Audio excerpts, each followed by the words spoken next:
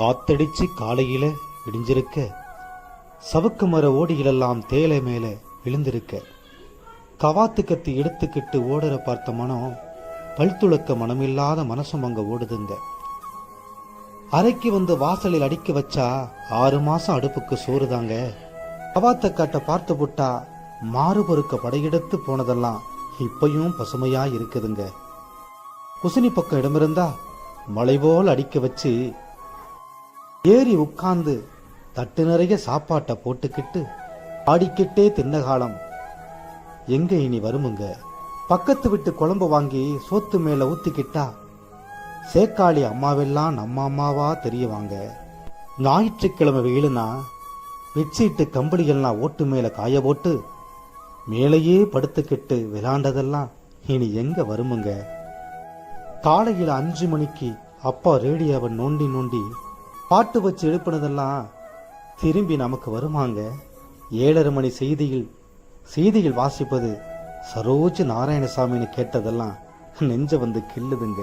மர்பிபிள்ஸ் ரேடியோவில் சவுண்டா வாசலில் வச்சுக்கிட்டு திரை இசை பாடலெல்லாம் 2 கூட ரசிச்சதெல்லாம் எங்க வரும். தாட்டு பூட்டு தொப்பில் பழம், உன்னிக்காய முள்ளிப்பழம், நாகுரிஞ்சா பழங்கள் எல்லாம் காட்டுக்குள்ள பறிச்சு வச்சு தின்னதெல்லாம் நெஞ்சிலேயே நிக்குதுங்க.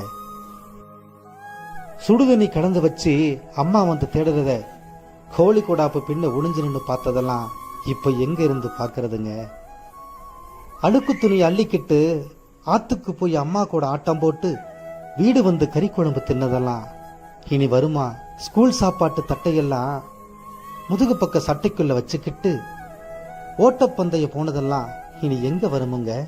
டக்கு வண்டி சத்தமெங்கு வாசல் பக்கம் வந்ததுன்னா ஓடி வந்து பார்த்ததெல்லாம் இனி எங்க வருமுங்க. தங்கச்சி சடங்குக்கு கூட்டம் கூட்டமா வந்து டீ பார்ட்டி லட்டு மிச்சர் தின்னு பந்தலில் ட்ரம்ஸ் மியூசிக் தலையாட்டி கேட்டதெல்லாம் இனிமேல் எங்க வருமுங்க. ஸ்கூல் லீவு விட்ட நாள்ல மாடு மேயிற சதம்புக்குள்ள ஓடையில நனைஞ்சு தொப்பையா ஆடினது எல்லாம் இப்பயும் வருதுங்க. தங்கச்சி ஃப்ரெண்டு மேல சுண்டக்காவலை அடிச்சதும் வாத்தியார்கிட்ட அடி வாங்கினதெல்லாம் இப்பயும் மனசுல வலிக்குதுங்க. இத்தனையும் சொல்ல சொல்ல கண்களெல்லாம் கலங்குதுங்க. உங்களுக்கு கலங்குதுன்னா வாழ்பாறையை மறக்காதீங்க.